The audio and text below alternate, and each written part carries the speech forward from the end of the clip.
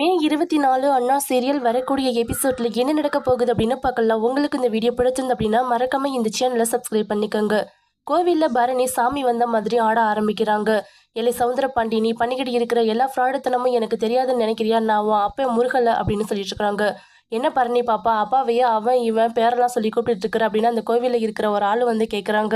ஏண்டா நீ எல்லாம் முருகனை எதிர்த்து கேள்வி கேட்குறியா? கட்டின பொண்டாட்டி காதில் இருக்கிற தோட்டை அறுத்து கொண்டுட்டு வந்து அதில் தண்ணி அடிச்சு உன்னோட சுகத்தை அனுபவிச்சுட்டு இருக்கிற நீ முருகனையே கேள்வி கேட்குறியா அப்படின்னு அவனுக்கு கன்னத்துல பலார்னு ஒரு அறையை கொடுத்து கீழே தள்ளி விட்டு அவனோட நெஞ்சில காலை தூக்கி வச்சாடுறாங்க பரணி.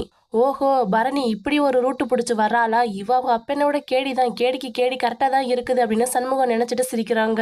அதுக்கப்புறமா அந்த ஆளு சொல்றாங்க, ஐயா அம்மா சொல்றது எல்லாமே கரெக்டு தான், அம்மா மேல முருகன் தான் வந்திருக்கிறாரு, என் வீட்டுல நடந்த விஷயத்தையே கரெக்டா சொல்றாரு அப்படின்னு சொல்லிடுறாங்க. அதுக்கப்புறமா அங்க இருக்கிற எல்லாருமே பரணி மேல உண்மையாலுமே சாமி வந்துருச்சு அப்படின்னு நம்பிடுறாங்க. சவுந்தரபாண்டி, பாண்டியம்மா எல்லாருமே நம்பிடுறாங்க. இல்லை சவுந்தரபாண்டி, என் வீட்டு சொத்தை நீ திருடி வச்சிருக்கிற, அதை சீக்கிரமா இந்த ஊர் உலகத்துக்கு காமிச்சு என் பொருளை நானே எடுத்துக்கிற நேரம் வந்துருச்சு. சீக்கிரமாவே எலெக்ஷன் நடக்கும். அதுல இத்தனை வருஷமா நீ பண்ணிருக்கிற ஃப்ராடுத்தனம் எல்லாமே வெளியே வரும், ஆதாரபூர்வமா நிரூபிப்பான். அதுக்கப்புறமா நீ என்ன கெதிக்கு ஆளாக போறேன்னு பாரு, உனக்கு தண்டனை கொடுக்க வேண்டிய நேரம் வந்துருச்சு அப்படின்னு சொல்லிடுறாங்க. அதுக்கப்புறமா பரணிக்கு சாமி வந்து மலை ஏறிடுச்சு அப்படின்னு சொல்லிட்டு ஆலாத்தியெல்லாம் எடுத்து விகுதியெல்லாம் போட்டு விடுறாங்க. சண்முகத்தை பார்த்துட்டு பரணி கண்ணடிச்சு இதெல்லாம் நடிப்பு தான் அப்படிங்கிற மாதிரி சொல்றாங்க. அதுதான் எனக்கே தெரியுமே அப்படிங்கிற மாதிரி நினைக்கிறாங்க சண்முகம். சரி, இதுக்கப்புறமா இங்க இருந்தோம்னா இன்னும் பரணி பாப்பா ஏதாவது பேசி நம்ம மானத்தையே வாங்கிருவா, வாங்க போகலாம் அப்படின்னு சனியன் வந்து சவுந்தரபாண்டி, முத்துப்பாண்டி, பாண்டியம்மா இவங்க எல்லாரையுமே வீட்டுக்கு கூட்டிட்டு வந்துடுறாங்க. இவங்க இப்படியெல்லாம் பண்ணுவாங்கன்னு கொஞ்சம் கூட எதிர்பார்க்கவே இல்லை. பரணி புத்திசாலி, அவன் முரடா, ரெண்டு பேருமே இப்போ ஒன்றா சேர்ந்துட்டாங்க. இவங்க கிட்ட இருந்து நம்ம தான் எப்படியாவது தப்பிச்சாகணும். அதுக்கு நம்ம என்ன பண்றது அப்படின்னு யோசிச்சுட்டு இருக்கிறப்பதான் சவுந்தரபாண்டிக்கு ஒரு ஐடியா வருது. ஆல்ரெடி பரணி வந்து கிளினிக் ஆரம்பிக்கணும் அப்படின்னு சண்முகத்தோடைய வீட்டு பத்திரத்தை கொண்டுட்டு வந்து கொடுத்துருப்பாங்க.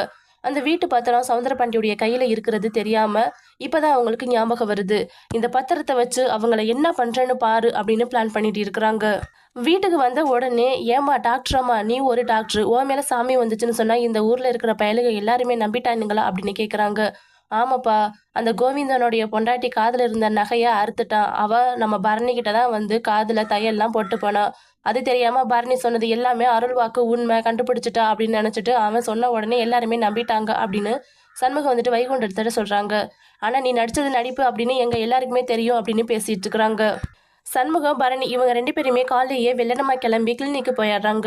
அந்த நேரம் பார்த்து முத்துப்பாண்டி, சவுந்தரபாண்டி, பாண்டியம்மா இவங்க எல்லாரையுமே சண்முகத்துடைய வீட்டுக்கு வர்றாங்க. ஆம்பளையால் இல்லாத வீட்டில் நீங்க என்ன பண்ணிட்டு இருக்கிறீங்க? மரியாதையா வீட்டை விட்டு வெளியே போங்க. எதுவா இருந்தாலும் என் அண்ணன் வந்துட்டு பேசிக்கங்க, என் மதனியே இல்லை அப்படின்னு சொல்லிட்டு இருக்காங்க. அவங்க கிட்ட எல்லாம் யார் பேசணும்னு உங்ககிட்ட சொல்லிட்டு இருக்கிறது? இந்த வீடு எங்களுக்கு சொந்தம், பத்திரம் எங்க கையில இருக்குது, மரியாதையா நீங்க எல்லாரும் வீட்டை விட்டு வெளியே போங்க அப்படின்னு சொல்லி அவங்க எல்லாரையுமே கழுத்தை பிடிச்சு வெளியே தள்ளி வீட்டுக்குள்ள இருக்கிற எல்லா சாமான் சட்டையுமே வெளியே அள்ளிட்டு வந்து போட்டாடுறாங்க. அவங்க எல்லாருமே என்ன பண்றதுன்னு தெரியாம தவிச்சுக்கிட்டு இருக்கிறப்ப வைகுண்டம் வந்து கிளினிக் வர்றாங்க.